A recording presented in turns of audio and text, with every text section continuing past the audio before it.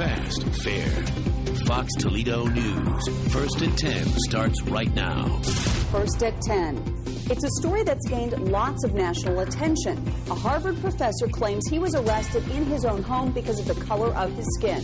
The controversy has people talking all over the country, including right here in Toledo. In 2009, does racism exist? Yes. Does racial profiling exist? Yes. Authorities are looking into whether that's what happened in Cambridge, Massachusetts. But the story has people discussing issues of race, especially when it comes to law enforcement. Tiffany Tarpley spoke with a local community activist and former police chief. She's live with more. Well, some might argue racial profiling happens in many cities all over the country, including right here in Toledo. While both men I spoke to tonight expressed their views on the situation involving that Harvard professor, they admit they do not know all of the facts, but the incident should be a wake-up call. You've probably seen the story. 58-year-old Harvard University professor Henry Louis Gates Jr. claims he was the victim of racism after a white officer went to his home to investigate a burglary. When a neighbor calls and says, I think somebody's breaking into my neighbor's house, and calls the police take those kind of calls very serious.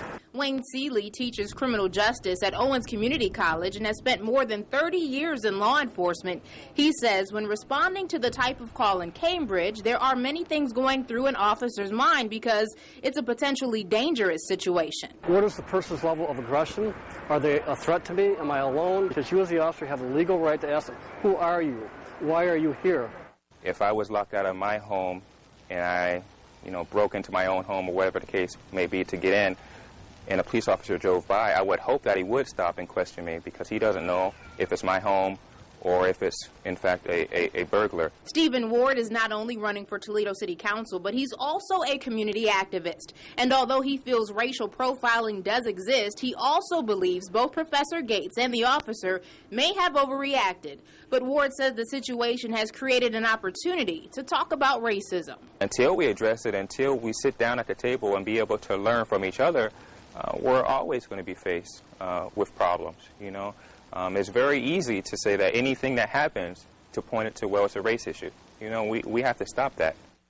Seeley says when coming into contact with a law enforcement officer, always comply with their orders. If you feel you've been wronged in any way, file a complaint. Reporting live, Tiffany Tarpley, Fox Toledo News, First at 10.